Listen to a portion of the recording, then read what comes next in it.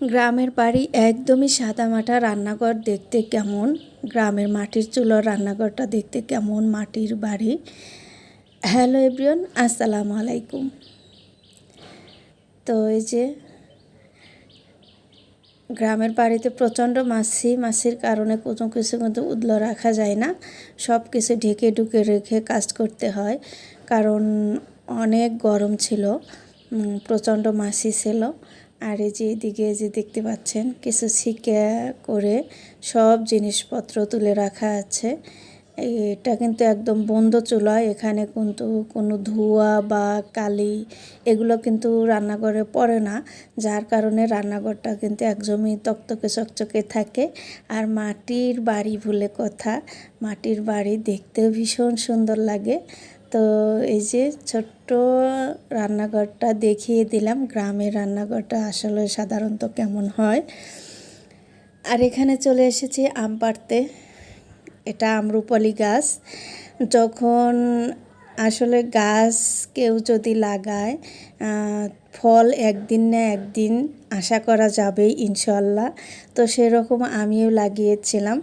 আমরা যখন করোনার প্রথম ধাপে প্রচণ্ড বিপদ সংকেত ছিল, তো তখন গেছিলাম বাড়িতে, দেশের বাড়িতে, যে আসলে ঢাকা শহরে যদি মারা যায় তাহলে কীরকম হবে, মানে সবাই একটা আতঙ্কের ভিতরে ছিল। তো সেই সময় যায় আমি আমার হাজব্যান্ডকে, এই জায়গাটা একদমই পড়েছিল, একদমই টোটাল পড়েছিল। তো সেই সময় যায় আমার হাজব্যান্ডকে বললাম যে এই জায়গাটা একটু ঘিরে এখানে কিছু আম গাছ আপাতত লাগিয়ে দাও, যেহেতু আমরা আমের দেশের মানুষ, আমের এলাকাতে বসবাস করি, অথচ আমাদের আম গাছ নেই, আছে টুকিটাকি হালকা পাতলা। তো সে কথা মতো আমার হাজব্যান্ড আর আমি এখানে মেরামত করে গ্রিল দিয়ে ঘিরে, বাঁশের যে গ্রিলগুলো হয় সেগুলো করে ঘিরে গাছগুলো লাগিয়ে দিয়েছিলাম। গাছ সম্ভবত 7টা কি 8টা গাছ লাগানো হয়েছিল।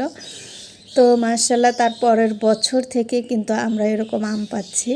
তো প্রচণ্ড আম এসেছে, আর আমগুলো মাশাআল্লাহ এত বড় হয়েছে, যেহেতু একটু পাতলা এসেছে আমগুলো, যার কারণে অনেক বড় এসেছে। তো আমার বাড়ির কাছে এই যে আমার যে বাগান আছে, বাগানের পাশে এই যে একটা বাড়ি, তো আমাদের আপা হয়। এখানে যে রান্না বসিয়ে দিয়ে গরু বের করতেছে, এত ধোঁয়া, প্রচণ্ড ধোঁয়া। এখানে যে পাঙ্গাস মাছ রান্না করেছে, কারণ ওনার হাজব্যান্ড নেই, স্বামী নেই, যেভাবে দিনপথ আল্লাহ চালায় সেভাবেই চলে, দিন আনে দিন খায়, এরকম অবস্থা। তো এখানে পাঙ্গাস মাছ বুনো করছিল, তো একটু বলছিলাম যে আপা আপনি কী রান্না করেন, বলতেছে তুমি যায়া দেখে আসো আমি কী রান্না করি আর কী খাই। তো এই তো 1 ক্যারেট আম আমরা পেরেছি, এখানে কিন্তু আরও আম হবে, কিন্তু আমরা নিতে পারবো না, এগুলো আমরা ঢাকাতে নিয়ে আসব, যার কারণে অল্প করেই নিয়ে আসা হয়েছে। যেহেতু আমি আমার শাশুড়ি আসব, আমার নন্দে জামাই যেটাকে দেখতে পেয়েছেন, আমার ভাইও হয়, আমার নন্দে জামাইও, তো উনি কিন্তু এসে আমাদের ট্রেনে তুলে দিয়ে গেছে, যার কারণে আমরা সুন্দর মতো চলে আসতে পারছি। আর এই দিক থেকে আমার হাজব্যান্ড নামিয়ে নিয়েছে। তো সব দিক থেকে আর কি আমাদের এগুলো টানা খেসা তেমন পড়েনি, অনেক কষ্ট করেছে আমার ভাইয়ে, কষ্ট করে আমাদেরকে একদম ট্রেন অবধি পৌঁছে দিয়ে তুলে ট্রেনে উঠে দিয়ে পরে গেছে। তো একদমই গাছ পাকা আমগুলো ছিল। এখানে আমার বাবু সোনার জন্য যে একটা গাও ঘষার ছোবা বানিয়ে দিয়েছে ওর ফুপু।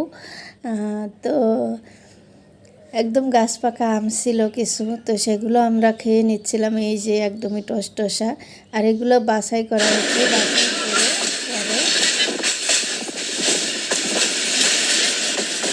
বস্তা প্যাকেট করে আমরা নিয়ে আসবো। আর এখানে এই যে যেহেতু ট্রেনে যাচ্ছি, ট্রেনে আসতেছি, তো আপনাদের মাঝে একটু শেয়ার করলাম যে আসলে চারদিকে দেখতে কেমন লাগে। এটা মোহনপুর স্টেশন ছিল, যখন মানুষ একটু কষ্ট করলে কি না হয়।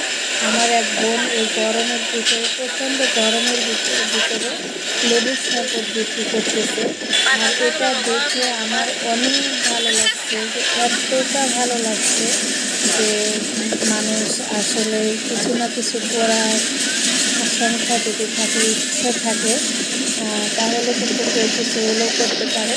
তো আমার ওই বোনের কাছে অনেক মানে শখ একটা ছিল, যেহেতু আমাদের এখানে ট্রেনটা থামিয়ে রাখছিল। তো অল্প একটু আমি ক্যামেরা ক্যাপচার করে নিয়েছি। যে মানুষ ইচ্ছে শক্তিটাই আসলে বড় কথা। যদি ইচ্ছা শক্তি থাকে তাহলে কিন্তু দেখেন রাস্তায় কিছু ব্যবসা করা যায় ছোটোখাটো, সেটাই আমাদের বোনটা দৃষ্টান্ত হলো। তো এই যে সুন্দর সুন্দর ভিউ আমি আপনাদের মাঝে শেয়ার না করে থাকতে পারলাম না। এত সুন্দর সুন্দর দেখা যাচ্ছে যে ক্যামেরা ক্যাপচার করে নিয়েছি আমি। আর এটা হচ্ছে উল্লাপাড়া স্টেশন। এখানে এসে আমার মনটা একদমই ডেঙ্গে মিশিয়ে গেছে, কারণ এখানেই আমার বাবার বাড়ি। তো এখানে আমার বাবার বাড়ি, অথচ আমি বাবার বাড়ির কাছ দিয়ে যাচ্ছি, কিন্তু মানে আমার মনের ভিতরে কী চলতেছে আমি বলে বোঝাতে পারবো না। তো যাই হোক, এখানে এই যে বেলাটায় একটু রোদটা একটু আকাশে মেঘ ছিল, তো মনে হচ্ছে একদমই সন্ধ্যা সন্ধ্যা, কিন্তু না।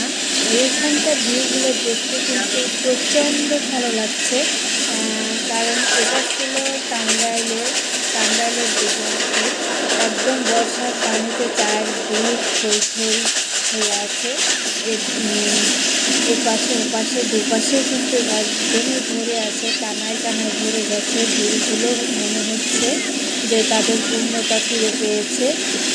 পানিগুলো একদম জলজল জলজল করতেছে, মনে হচ্ছে যে পানিগুলো একদম হাসতেছে। কচুরির পানাগুলো একদমই ভোলার মতো ভেসে যাচ্ছে। মনের আনন্দে পানি পেয়ে ওরা একদমই সতেজ হয়ে উঠেছে।